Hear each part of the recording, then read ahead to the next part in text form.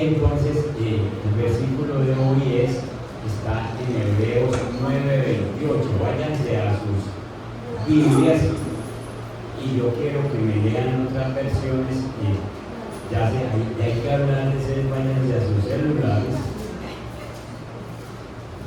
Váyanse a sus celulares y busquen Hebreos capítulo 9 y el verso 28.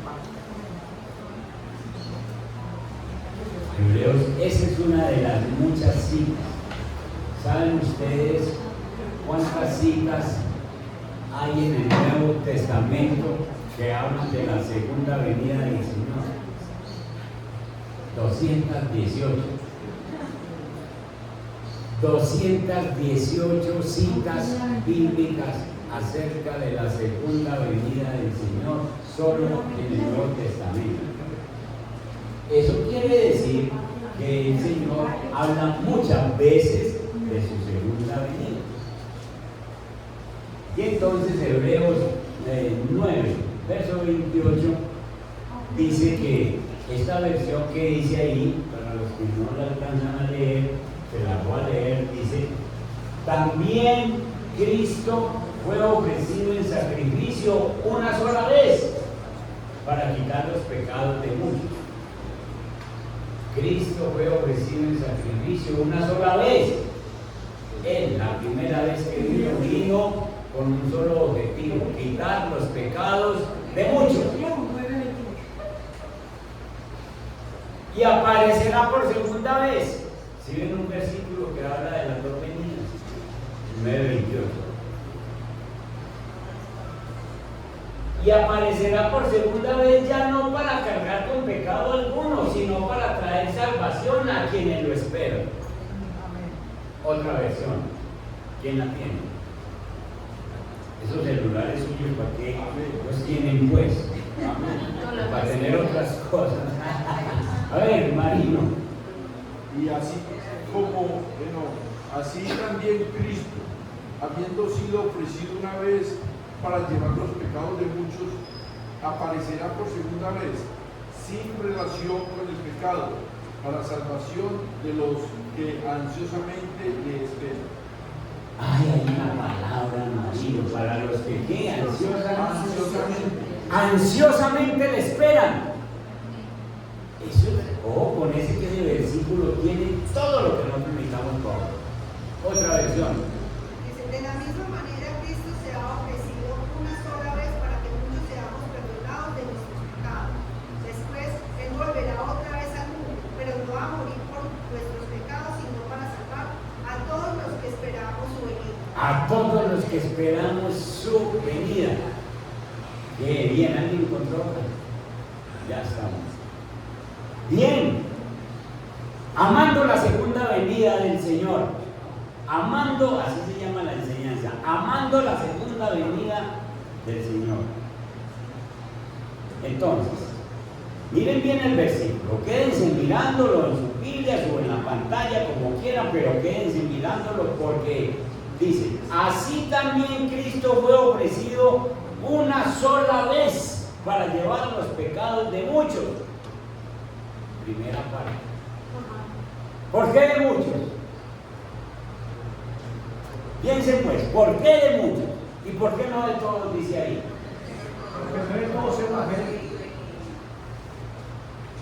Porque a todos los que le recibieron, a los que creen en su nombre, les dio potestad de ser llamados hijos de Dios. Juan 1:12. Porque a todos los que le recibieron. Entonces, la primera venida del Señor Jesucristo fue con un solo objetivo: quitar el pecado de la humanidad.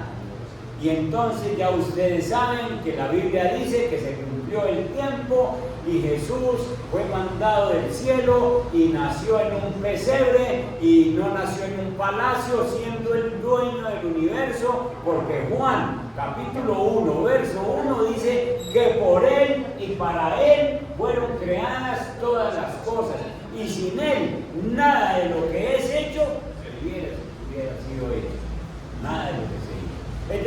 es el creador, Él es el dueño de nosotros, Él es el dueño de todo el universo. Sin embargo, decide nacer en un pesebre.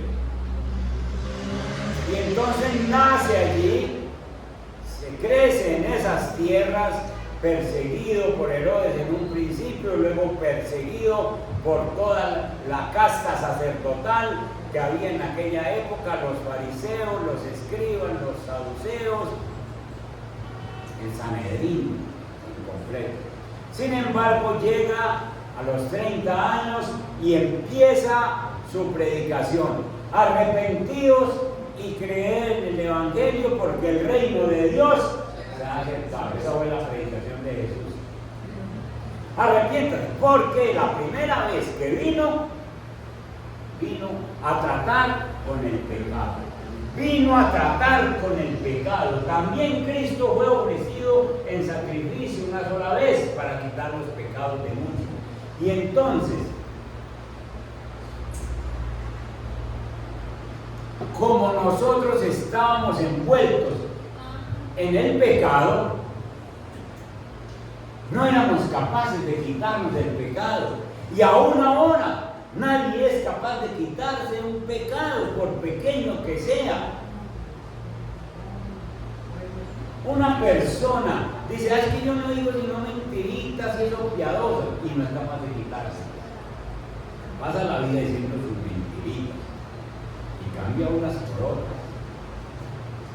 Pero si vamos a hacerle caso al dicho popular de los abuelos, decían, el que miente, roba. Entonces quiere decir que dentro de la mentira hay enlazados otros pecados. No éramos capaces de quitarnos ninguno, y Dios lo sabe, Dios lo sabe. Y entonces Dios le dijo al Hijo, es hora. Y Jesús baja a la tierra y hace todo el trabajo, predica y luego sube a la cruz. Porque en la primera venida el único objetivo que tenía era tratar con el pecado. Ustedes no son capaces de quitarse ese pecado, entonces yo me pongo por ustedes. Y entonces los muchos que dice la Biblia somos los que aceptamos el sacrificio de Cristo. Somos los que lo miramos en la cruz, los que el Espíritu Santo nos hace un milagro y nos ilumina lo que aquí dejó escrito, y entonces nosotros decimos, sí, murió por mis pecados. Y entonces sencillamente yo pertenezco a los muchos, yo soy parte de ese grupo de los muchos, porque Él fue ofrecido una sola vez para quitar los pecados de muchos, y yo estoy entre esos muchos, y espero que ustedes también. Amén. Amén. Y si hay alguno que todavía lo están arrastrando los pecados, yo soy capaz de parar ya y hacer una oración en medio de esta predicación. Hay alguno que tiene ese problema y que los pecados, bueno, yo soy capaz, lo que tiene que ser capaz es usted venir y decir una oración. Eso me da a entender de que estamos viviendo con los pecados perdonados. Amén. Y si estamos viviendo con los pecados perdonados, entonces estamos listos para esa segunda venida del Señor. Amén. Listos. Y entonces pertenecemos a los muchos. Y esos muchos se definen al final del versículo, porque dice, y aparecerá por segunda vez ya no para cargar con pecado alguno, sino para traer salvación, y termina diciendo, ¿a quiénes? Allá dice ansiosamente, y dicen a quienes desesperamos. ¿Está usted esperando la segunda venida del Señor? Levánteme la mano si es capaz también, el que tiene miedo de la segunda venida del Señor, el que está preocupado, afanado por la segunda venida del Señor. Ay, si el Señor viniera esta tarde. Puede que venga esta tarde, ¿ustedes qué les parece? ¿Usted tiene miedo? está preocupado. Bueno, yo voy a tener que hacer una confesión personal. Porque en público le hablo como pero piense, usted está preocupado porque viene el Señor otra vez. Usted diría, Señor, no venga todavía, no venga todavía. Es que yo no estoy listo. Y si usted es de los que piensa así, piense porque no está listo. Piense porque tiene que tener temor. Piense que es lo que está pagando con usted. Porque hace 2000 años el Señor vino a tratar con el pecado. Hace 2000 años vino a tratar exclusiva y únicamente con el pecado. Y la segunda vez no va a venir a tratar con el pecado. Ya Él murió una sola vez y para siempre. Él no va a morir 2 veces. Y entonces Él viene para asegurarnos, para como ponerle el sello a la salvación a los que le esperamos, a los que le esperamos ansiosamente. Allá nada. Apocalipsis capítulo 22, verso 20. Juan, después de escribir todo Apocalipsis por esa revelación que le da el Señor, después de escribir que hay 7 copas de ira que van a ser paseadas sobre la humanidad, que son 7 ángeles que se levantan y tocan las trompetas, y que todas las trompetas cuando suenan traen juicio sobre la humanidad, que habrán terremotos, que el enemigo se levantará, el anticristo, el falso profeta, y después de predicar todo eso en Apocalipsis, uno diría,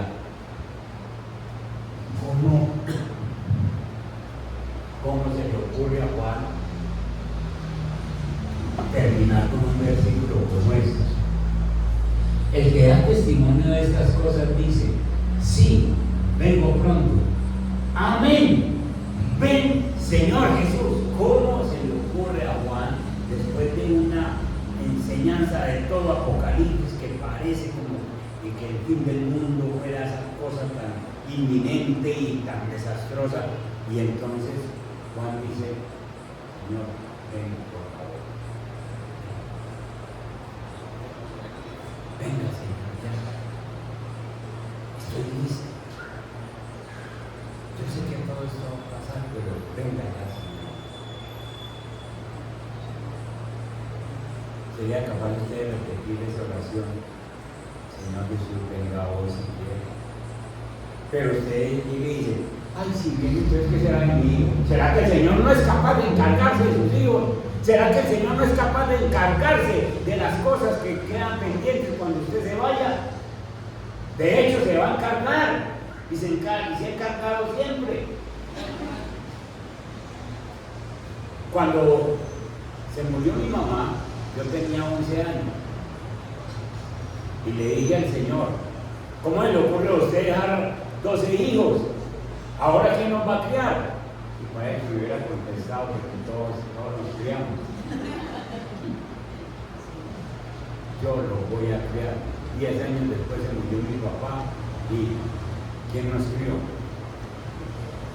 Él. Porque él tenía plan y propósito. Nosotros creemos que somos indispensables y no somos capaces de hacer una oración como esa. Y entonces le decimos, Señor, no venga. Señor, no vaya a venir, que es que yo tengo una nietecita recién nacida. Señor, no vaya a venir, que es que tengo un nieto. Señor, ¿qué va a hacer con este muchacho? ¿Quién lo va a cuidar? Estoy hablando de que o el Señor viene por segunda vez a cualquier hora o manda por usted y por mí. Y Él no tiene momento, a cualquier hora puede mandar por nosotros. Porque el encuentro con el Señor es o que Él venga o que me lleve antes de venir. Y entonces yo estoy dentro de los muchos.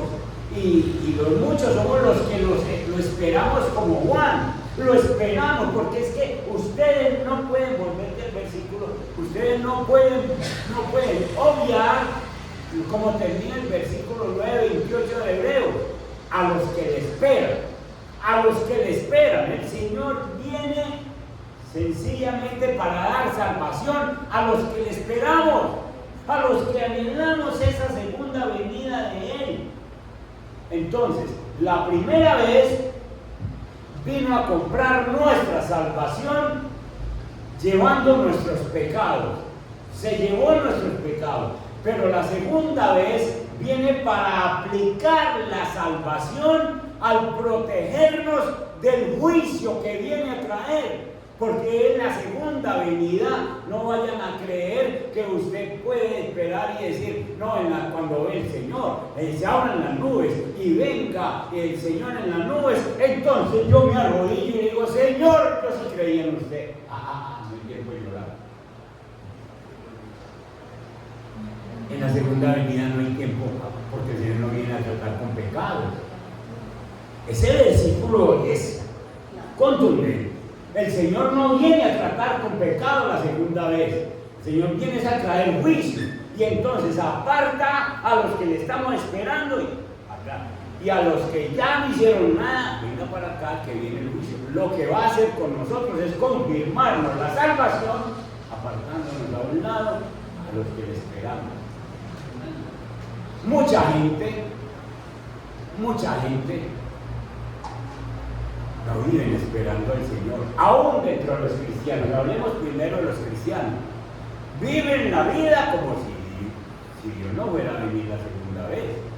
Viven la vida y mantienen afanados y corre y preocupados por una cosa y preocupados por la otra, y lo que menos hacen es servirle al Señor. Cuando lo que realmente va a quedar es lo que yo haga para el reino de Dios. Y entonces se afanan por una cosa y se afanan por la otra. ¿Saben por qué el Señor no ha dado ninguna fecha y no se la da a nadie? Porque, sencillamente, primero eso está en su plena potestad. Y porque si nos diera una fecha, nosotros somos tan sinvergüenzos que pecamos hasta el último día. Y al otro día que sabemos que viene la venida, ese día oramos, ese día ayunamos. Entonces, por eso el Señor no da fecha, porque nosotros nos relajaríamos. Y entonces decíamos, no, es que no viene sino hasta el 31 de diciembre, entonces pequemos hasta el 30. Vemos que eso no pasa nada.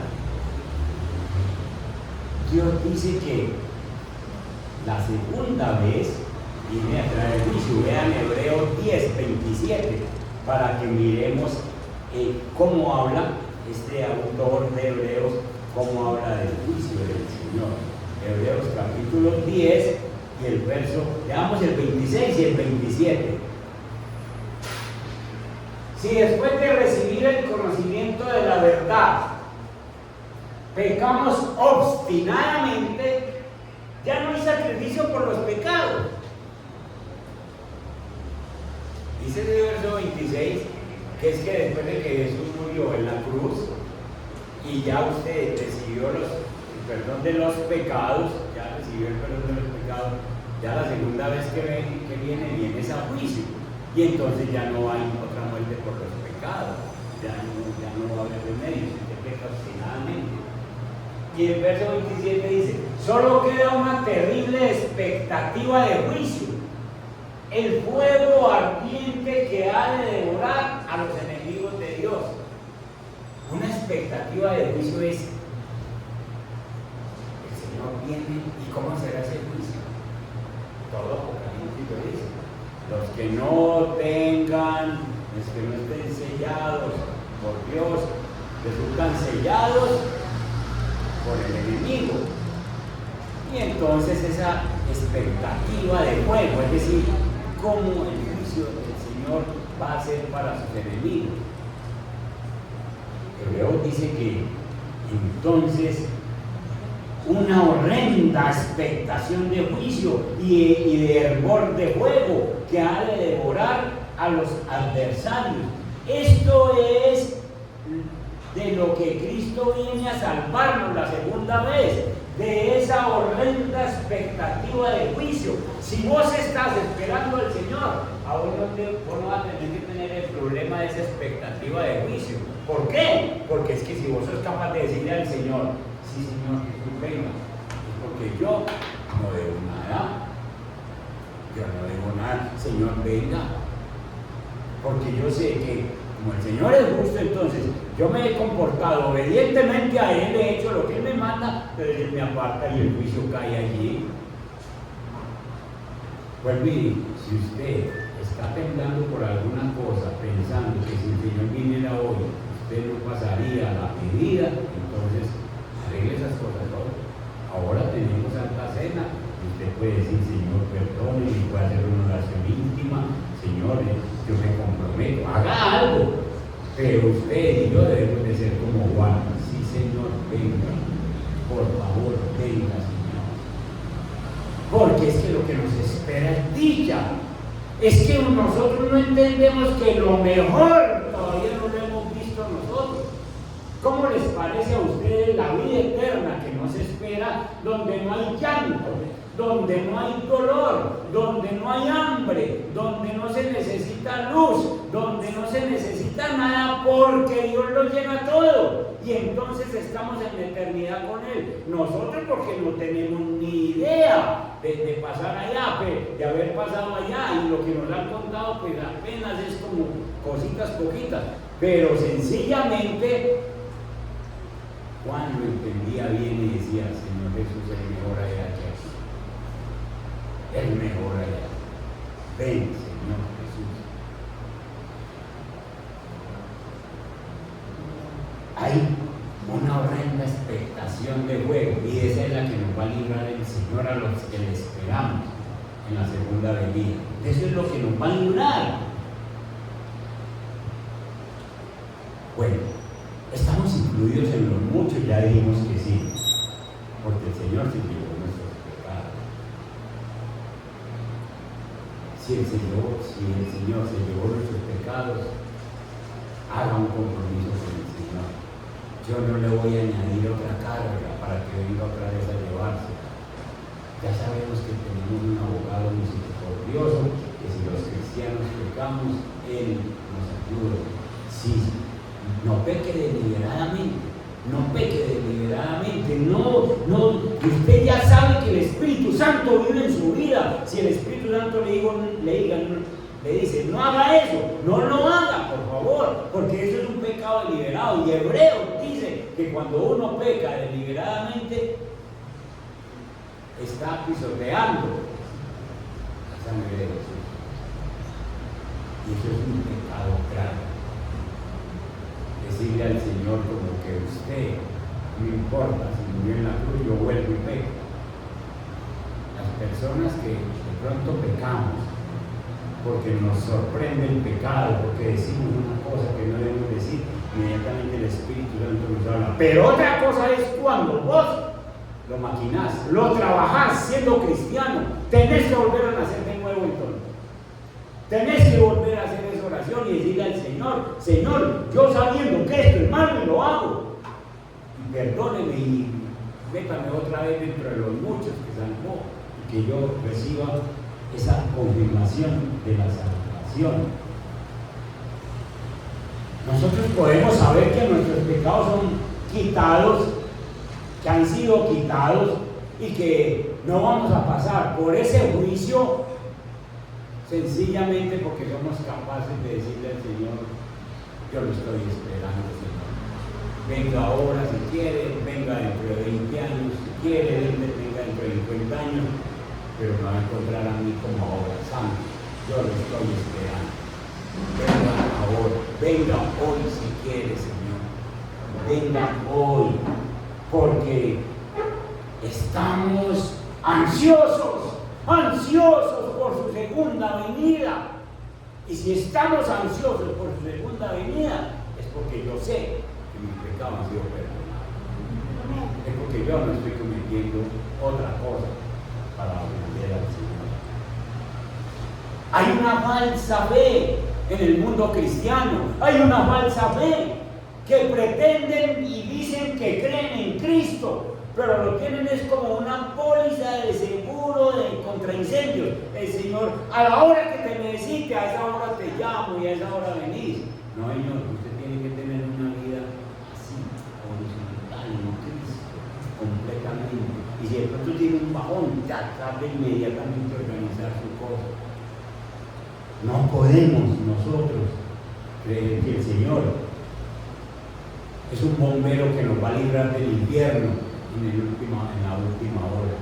No, Él, nosotros nos ha llamado a que vivamos una vida transformada.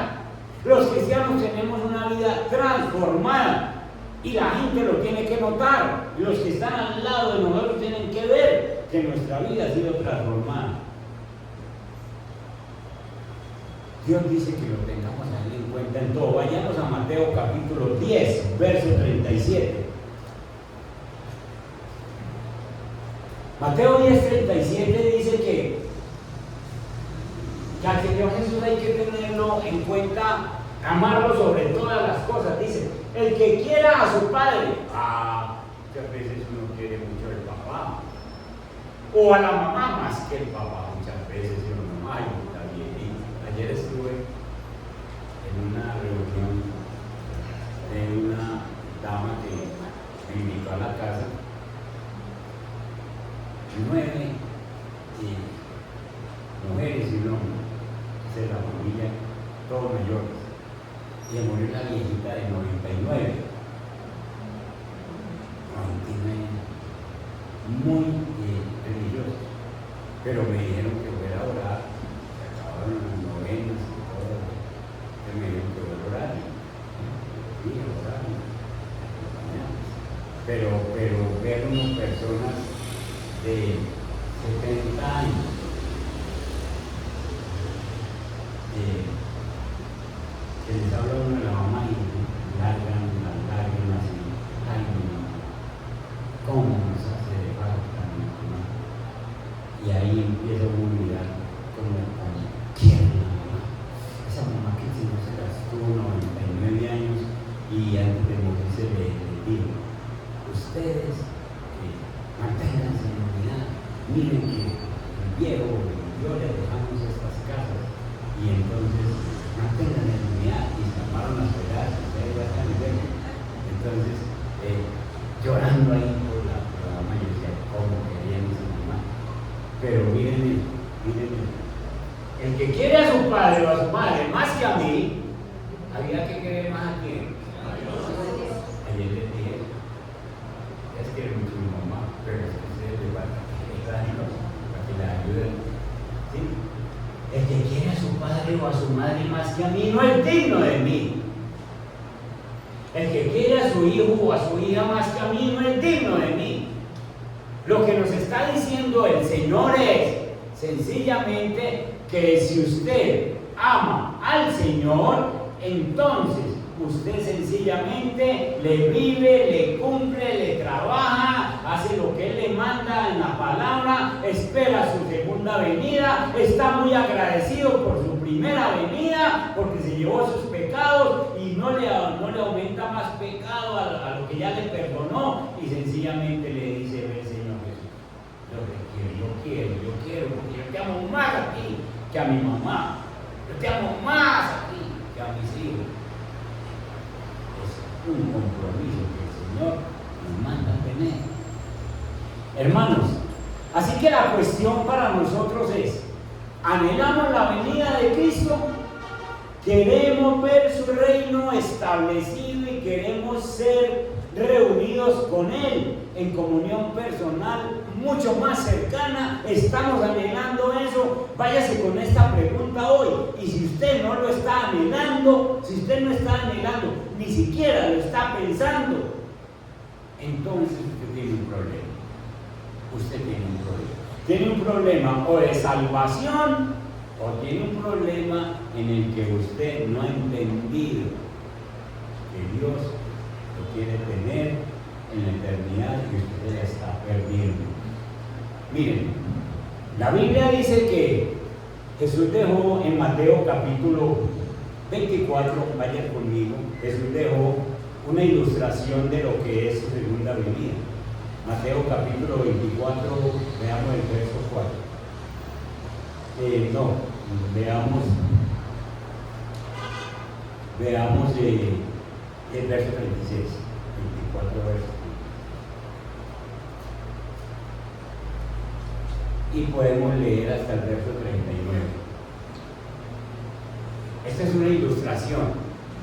Ustedes, para hablar de la segunda venida, ustedes no tienen que decir, es que Fulano dijo, esta religión dice. No. Ustedes lo que tienen que leer Biblia. Y no tienen que ir a escuchar a nadie nada. Pero en cuanto al día, estoy en el verso 36. Pero en cuanto al día y la hora nadie lo sabe, ni siquiera los ángeles en el cielo, ni el Hijo, sino el Padre.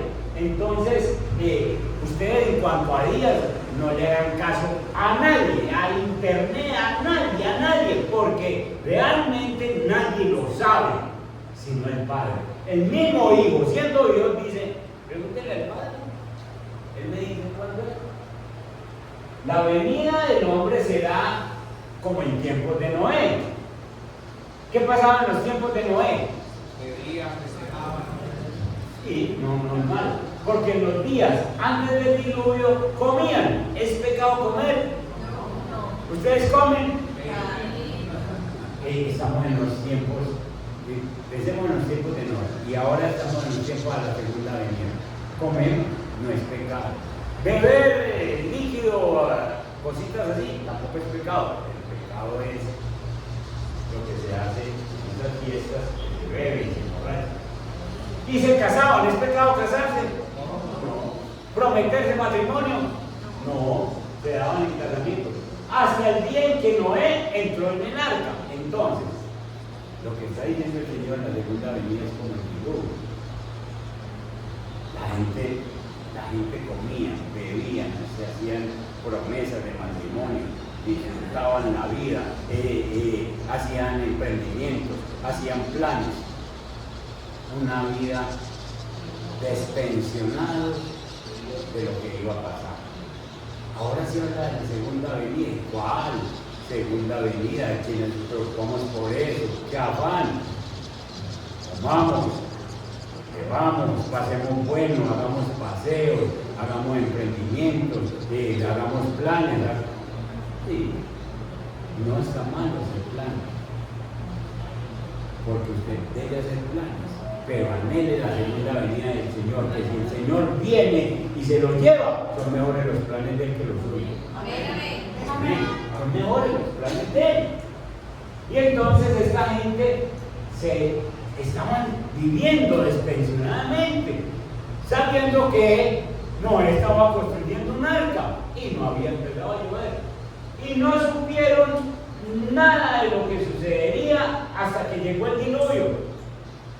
No supieron nada de lo que sucedía hasta que llegó el diluvio. ¿Y qué pasó? ¿Y se lo llevó para dónde? ¿Qué el diluvio lo llevó? ¿Para dónde lo llevó? ¿Perdieron? Cambien el diluvio por la segunda venida. Y no supieron nada de lo que sucedería hasta que llegó el Señor Jesús en la segunda venida y lo llevó a todos. Es decir, juicio para estos y a estos. Sencillamente que estamos esperando nos libra. Aquel día libró a 8, a Noé y la familia. Hoy en día a todos los que le estamos esperando. Es la misma vida. Jesús dijo que era lo mismo que pasaba en los días de Noé. La gente estaba viviendo como si Dios no fuera a hacer nada. Paren en el parque y diga si creen en la segunda venida del Señor. Le van a decir, usted está loco, hombre, ¿cómo así? ¿No está manifiesto flores, pues? ¿Cómo nos viene a hablar de eso aquí ahora? No, viven con la expectativa de que Dios viene. Nosotros sí. Terminemos con un versículo. Nosotros debemos pensar como pensaban los de la iglesia de Corinto. Primera de Corintios 1:7. Primera de Corintios 1:7.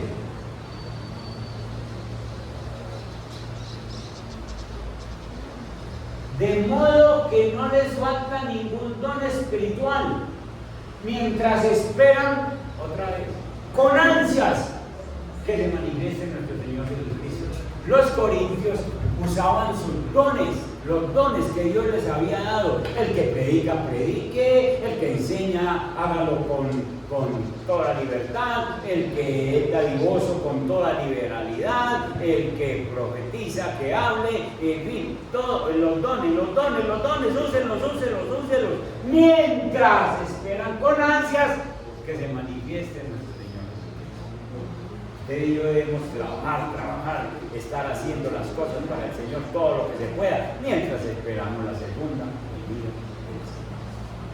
Es necesario que lo tengamos claro, sea que el Señor venga o sea que el Señor mande por nosotros. Amén. Amén. Vamos a tomar la santa